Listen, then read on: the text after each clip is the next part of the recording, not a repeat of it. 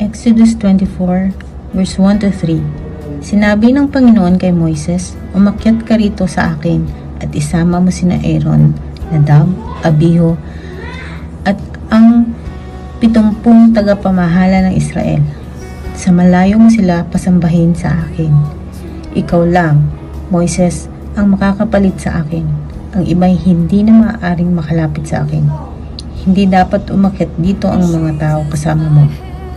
Nang sinabi ni Moises sa mga tao ang lahat ng itinuro at iniutos ng Panginoon, sabay-sabay silang sumagot, "Susundin namin ang lahat ng sinabi ng Panginoon."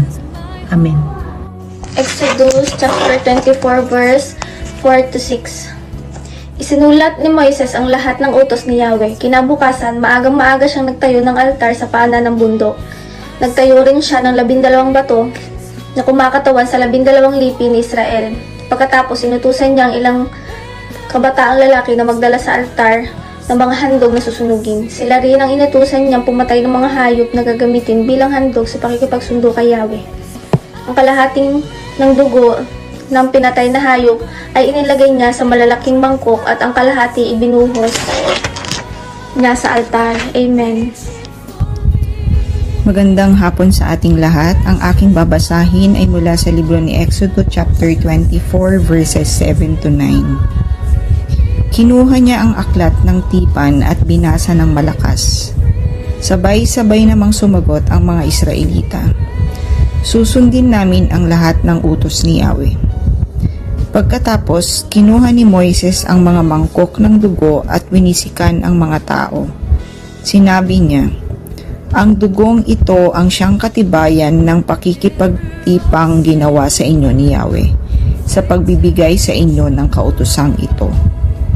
Umakyat nga sa bundok sina Moises, Aaron, Nadab, Abihu at ang 70 pinuno ng Israel.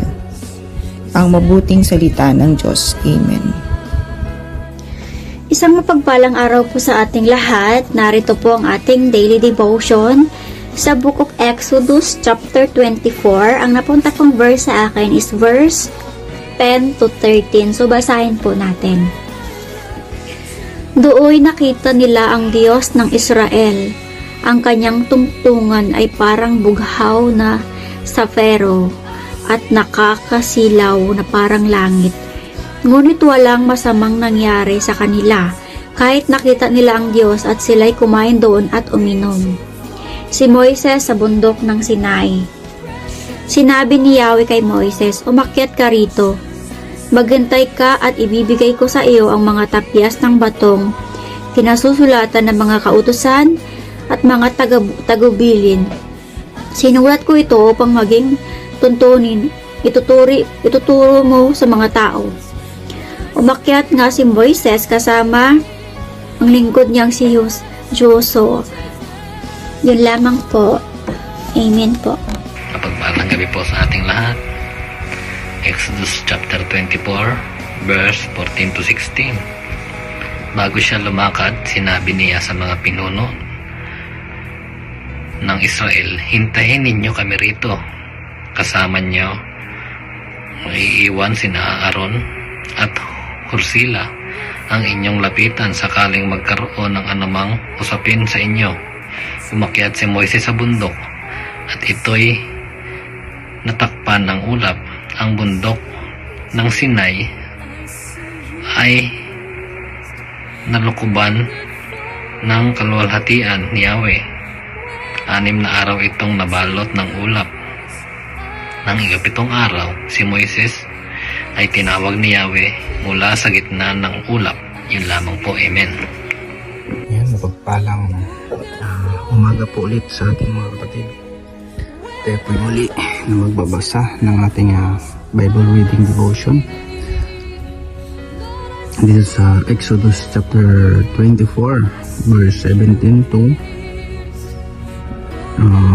18. Yan, sabi po dito 17, "To the Israelites, the glory of the Lord looks like a consuming fire on the top of the mountain."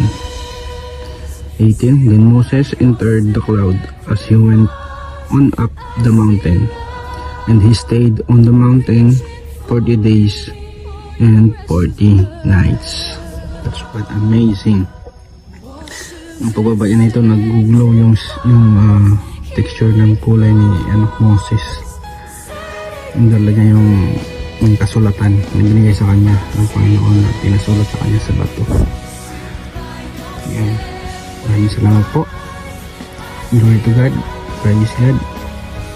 Shalom everyone.